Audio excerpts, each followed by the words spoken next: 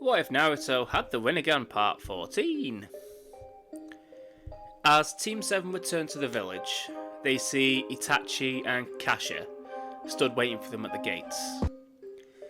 Naruto, Sasuke and Sakura jump off the now desummoned bird, landing in front of the two Jonin, asking why they were stood out here instead of being inside the village. But Naruto notices that Kakashi had his headband up, and his eye was normal for some reason. I mean, as normal as it can get with a massive scar across it. Naruto asks what happened to his Sharingan, and Itachi smiles, explaining that from Kakashi and Itachi spending a bit of time with Tsunade while they were off doing their mission, they came up with a hypothesis, which thankfully turned out to be correct. Team 7 simultaneously turn their heads, all looking like confused dogs, while Itachi continues. They thought that Kakashi couldn't turn off his Sharingan because he isn't an Uchiha, and it doesn't belong to him. However, it seems they were somewhat wrong. When the Sharingan was implanted into his eye socket, only some of his nerve endings were attached, giving the benefits of a Sharingan, but also giving him the major disadvantage that he does. Lady Tsunade extracted the eye and reattached the nerve endings and his chakra system to the eye, fully integrating it into his network, allowing him to turn it on and off, increasing his chakra pool.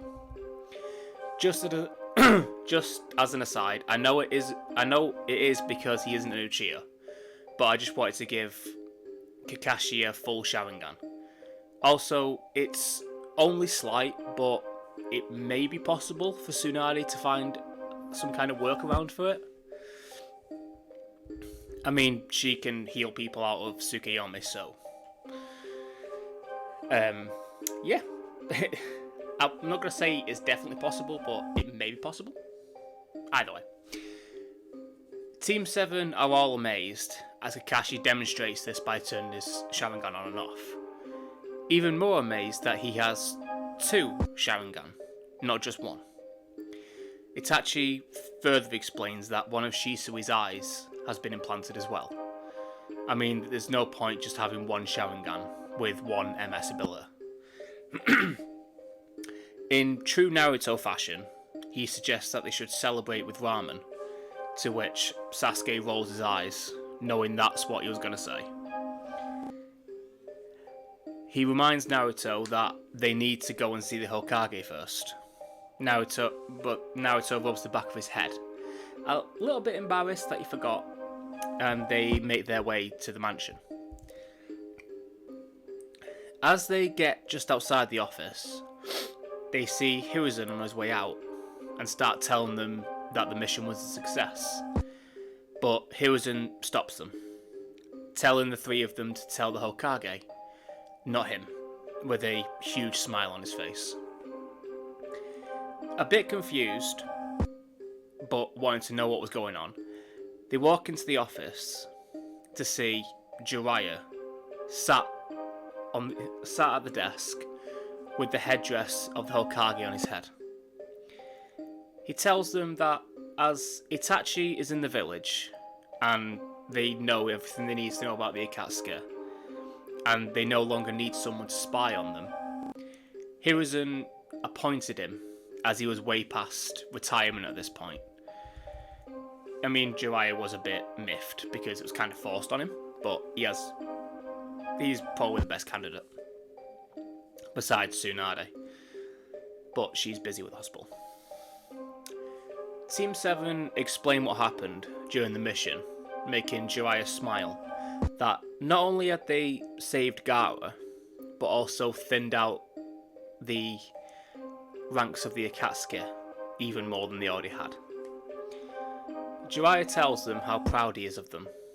They have all become very strong and capable shinobi, telling them all to get some rest, as they had most definitely earned it. They all bow to the new Hokage before leaving and head to Ichiraku Ramen to celebrate. Like I said, it was Naruto's idea, as always. A few days after their mission, Naruto wakes up to someone knocking on his door. As he opens it, he sees Itachi standing there, asking him if he could come in. Still half asleep, Naruto tells Itachi to come in, and he sits at his table with a serious look on his face. Itachi asks Naruto how much he knows about Madara Uchiha, with Naruto admittedly telling him that he doesn't know much, apart from the feud and subsequent massive battles between him and the first Hokage. Itachi nods, but tells Naruto that there's a man in the shadows of the Akatsuki that calls himself Madara. Whether it really is him or not is irrelevant. What matters is that he doesn't stop until he gets what he wants.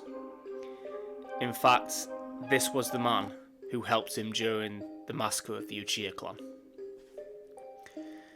Naruto, who was making a cup of tea for him and Itachi, froze hearing this, knowing that if this was true, then it's possible they will attack the village just to get to him. Kurama then interjects, speaking through Naruto.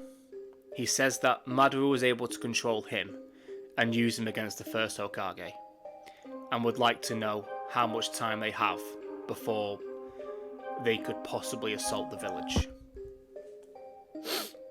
With a sorrowful look on his face, Itachi says that he doesn't know, but considering they have lost 4 members of the Akatsuki so far, it won't be long before they try to destroy their most immediate threat.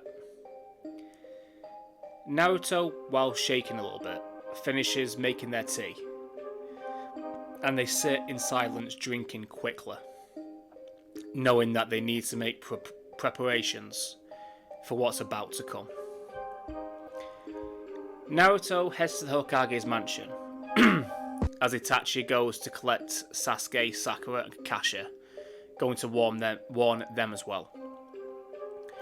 Naruto walks into Jiraiya's office, telling him that they need to call a meeting of everyone in the village right now. Jiraiya looked well past confused and asked Naruto why, but Naruto simply says that he's going to tell everyone that they need to prepare for an attack. Obviously this makes Jiraiya a bit nervous, so he does what he's been asked. After about half an hour, everyone in the village was stood in the street, waiting to hear what this was about. Naruto took center stage and shouted out to the village that soon they will be attacked by an organization of strong ninja, and none of them will hesitate to kill an innocent person. They must have a plan for when they will strike. All capable shinobi will have to go to the training grounds to go through the most intense training of their lives, and everyone else gather provisions and those important to you, everything that's important to you, and place them inside of the bunker. Someone in the crowd shouts that they should evacuate the village. How can Naruto guarantee their safety? Some stirrings occur and then some other people agree and join in, almost causing a protest. But Naruto was getting more annoyed by the second that they weren't listening to what he's saying. Kurama then activates Tail Beast transformation against Naruto's will and yells to the village that in this village they have the power of the most powerful Tail Beast, the power of the Rinnegan, multiple Sharingan users, and some of the strongest ninjas in the world. If they wish to leave the village, so be it, but those ninja are murderers.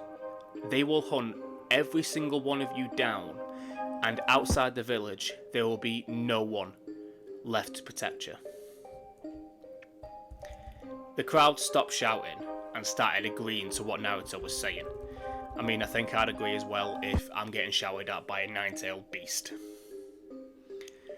Naruto creates hundreds of shadow clones who jump down to the streets to start helping people gather their things and moving them to the Hidden Leaf bunker, which had been reinforced by Naruto using the Asura path to create metal beams covering the walls and ceilings and create like a massive mechanized door, kind of like a vault door. Some of the other clones head to the training fields to whip the other ninja into shape. After about a week of non-stop training and preparing, the real Naruto, who had been sat on top of the Hokage's mansion, cross-legged, trying to sense what was going on around the village, could feel multiple sources of chakra moving in fast. It seems Itachi was right. Naruto runs around the entire village, telling everyone to get ready. They're coming. The whole village was in uproar and with alarms going off everywhere, with all the civilians running into the bunker and the full military might of the Leaf Village heading to the outskirts of the wall, ready to face the remaining members of this terrorist organisation. I know it's probably a bit short, but I'm going to leave it here and let you all know that the next part will be the last one of the series. I've already written it out and I hope you like it. But I do hope you liked this series so far. And if you do, let me know in the comments and like and subscribe if you haven't already. But as always, I'll see you all later. Bye.